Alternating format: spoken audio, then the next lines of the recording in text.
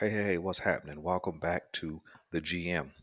And up next in today's podcast, we're going to be dealing with the Baltimore Ravens and Cincinnati Bengals wild card matchup from last night, specifically from the Baltimore Ravens side. Well, who's the blame? That's what we're looking for because anytime your team gets a loss, somebody's always the blame. And so let me begin by pointing the finger at several different places. Was Tyler Huntley the blame? Was it John Harbaugh? Was it Greg Roman? Or was it the defense? Well, let's start with the least of the culprits and let's go with the defense. The defense played solid for most of the night, although they did give up, a few third and longs um, for first downs. They have shown that they can hold this Cincinnati Bengals offense in check. In fact, to the point where Tyler Huntley threw for more yards than Joe Burrow, and we ran for more yards than the Cincinnati Bengals. In fact, we doubled their offensive output because of the job our defense did. And anytime your defense holds what's supposed to be a high powered offense in check, you should have an opportunity to win that game. And we did. But just like last week, we didn't make the plays we were supposed to make and gave up plays we were not supposed to give up. Okay. So I'm not going to hold the defense too responsible. So let's mark them off our list for who's to blame. Okay, let's look at Tyler Huntley. He's the next culprit, right? He's the quarterback who started big matchup, first playoff start, and if we're honest, all but 3 or 4 plays, Tyler Huntley played very well.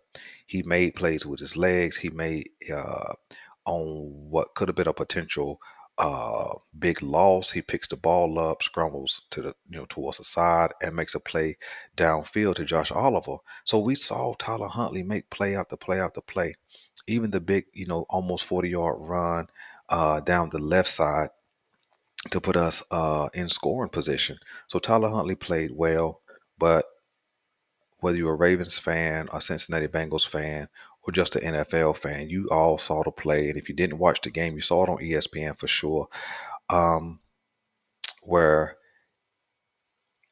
Tyler Huntley leaps for the goal line. The ball gets knocked out of his hand, and Sam Hubbard returns at 98 yards for a touchdown.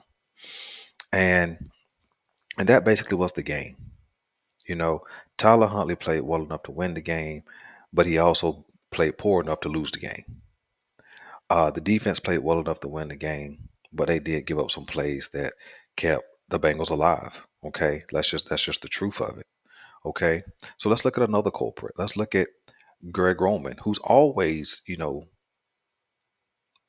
on the hot seat for Ravens fans. We've been wanting to get rid of him for several years, and more specifically this year with some egregious play calls. And we certainly last night's game was no shortage of egregious play calls. Two that I can remember distinctly was certainly number one, the fumble that was returned for a touchdown.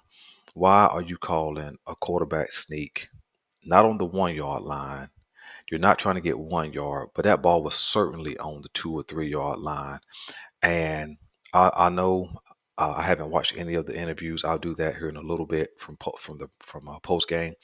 But I certainly heard that John Harbaugh said that play was supposed to go underneath, and we understand that, and that makes sense if you're on the 1 yard line. It makes sense to go underneath or over the top if you're on the goal line, on the 1 yard line specifically. But when you're 2 or 3 yards out, and and that quarterback is slight of bill, you know, doesn't seem to make a whole lot of sense to call a quarterback sneak, right? Um, and that took 3 to 7 points off the board. Some more play calls from Greg Roman was the plays. We were in the red zone again. I think we set up for a field goal where Huntley basically scrambles to the right 3 plays in a row.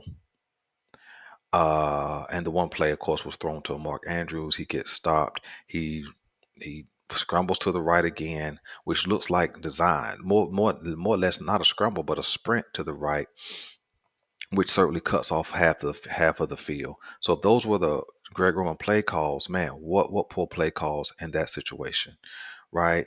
Um, you know, we just have seen too often this year where situational play calling has been like the worst, right?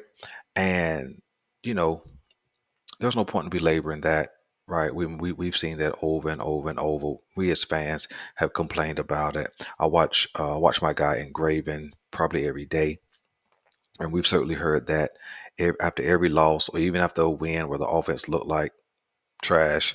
We certainly hit that point of Greg Roman, his play calling, especially situationally, and we still have the same issue. Another thing that I'm going to point at Greg Roman for is the non-use of Isaiah Likely. Now, I don't know if Huntley is so Mark Andrews focused where he didn't look for Likely, but just like every time a guy gets off in a game, he's not used the next game. We saw Duvernay used in a game pretty well, has a great game. Next game, he's not used. Isaiah Likely gets off last week, 8 catches for 100 yards. You don't even see him. I'm not even sure if he had a target. And if he did have a target, he certainly didn't have a catch. So we keep seeing this same poor play call and poor use of personnel over and over and over again. And then so that's Greg Roman. And let's go to the head coach, John Harbaugh. I suppose John Harbaugh had a decent game for the most part, but then we get inside of 2 minutes, and it takes almost a full 30 seconds or a little longer between the 2 minute mark and the next play. Like it doesn't make sense when I know that the idea is to run down the clock, right? The idea is to run down the clock, but you don't run down the clock that much, especially when you have timeouts, especially when you got an inexperienced quarterback, and especially when you have to go more than the length of the field, uh, more than 50 or 60 yards to get into field touchdown position, right? And so basically we get to down to 15 seconds, which is basically the last play.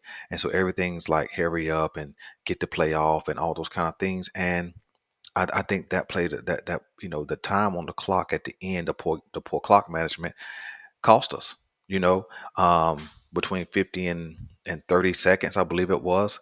Time ran off. He didn't call a timeout. He still had to. Then you end up using your last timeout with 15 seconds for a last play. It's just ridiculous, some of the things that we've seen from the Ravens all year long. Whether it was defense, untimely plays they gave up, whether it's poor quarterback play or poor decision from the quarterback, whether it's giving up the big play when the when not that there's ever a good situation, but when the situation is the worst time to give up a play. Poor Greg Roman play call and the decision making, and then poor clock management and game management by John Harbaugh. It's been a consistent pattern, and just like all year, it comes back to bite us in the biggest of games. And so, who's the blame? Harbaugh, Roman, or Huntley, or maybe the defense?